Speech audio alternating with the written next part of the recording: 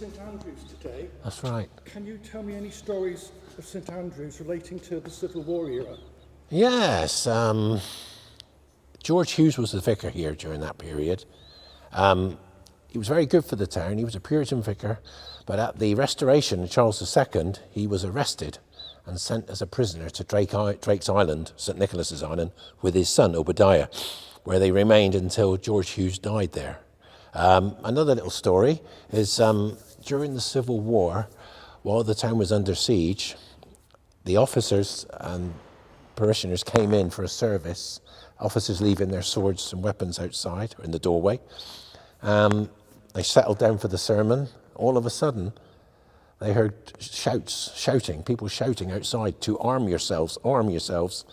And that, to them, to soldiers, meant the town line had been attacked and was probably broken, and they needed to get their weapons. So they jumped out of their seats, ran outside, grabbing their weapons as they went, only to find a group of children playing at war and fighting amongst themselves. These children probably came from the orphans' aid or poor portion opposite St Andrews, because it was right outside here. That's a little story that was perpetrated during the English Civil War in Plymouth. Also, there were a lot of priests in Plymouth during the war years, because as the rest of Devon was taken over by the Royalists, they congregated in Plymouth. It was the only town left at one stage under Roundhead control. And a lot of these priests and ministers went out to the trenches and served the soldiers, gave them a bit of peace, these men, because there were a lot of Puritan ministers in Plymouth, more than there needed to be. There was only 2 churches in Plymouth and a few chapels, but there were dozens of these men. I have a list of these names that were here during the Civil War. And the church bells, after the Freedom Fields battle, the Sabbath Day fight, they rang out every year to celebrate the victory. So there's a few stories of St Andrews. So this church played an important part to the people of the town? Yes, it was a focal point for the community, really, churches, as they are today in most villages.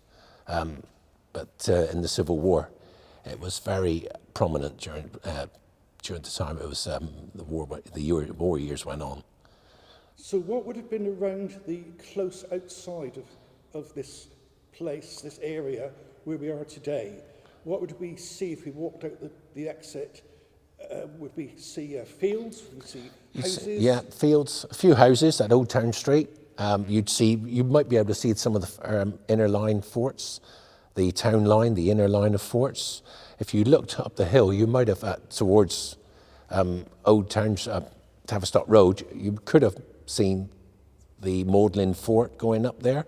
It was a higher hill in those days. The fort, North Hill, was very high. Leading up from Tavistock Road, it was taken off after the war, years after the war, to use to fill in the creeks, Lipson Creek there. So it was a much higher hill in those days. So it was a complete unobstructed landscape?